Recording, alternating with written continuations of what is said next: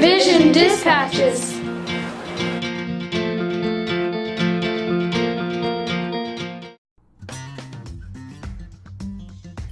Policy development or review is part of the ongoing work of any board. If you are a forward-thinking and planning, active board, you have a schedule for regular review and stay on top of any need for new policy. Here are 7 quick steps you can run through to help you cover all bases. Number 1. Stay on top of changes happening in your community, the education world, or the world in general, and as you do, consider the impact this will have on your division. When you hear about these changes, stop to think about them in the context of your division policy and start with a discussion at your board table. Number 2. The need for development or revision can also come through legislative requirements or education trends. Authorize your administration to stay on top of these areas and have them bring these items forward on meeting agendas. If a committee or your senior administration is assigned to review and present an initial policy draft, the board should discuss its needs and intentions prior, and this direction needs to be clearly articulated. The board's intentions should also reflect the needs and desires of the community. This may involve data gathering or input from all stakeholders.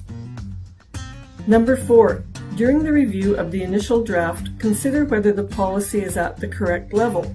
A board policy will set out what trustees want to achieve for the division or the principles it stands by.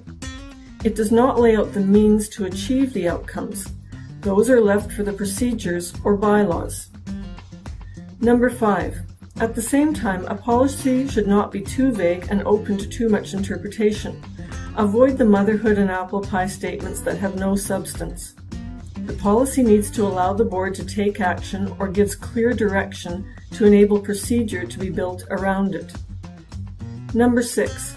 If the board gave clear direction and fully communicated its intentions to those drafting the policy, there should be no need for redoing the committee's work. Trustees may want to question the process used and make sure that all bases were covered, for example, gathering input from the community, but then trust in their abilities. And last, if your board doesn't already have it in place, implement a policy review schedule.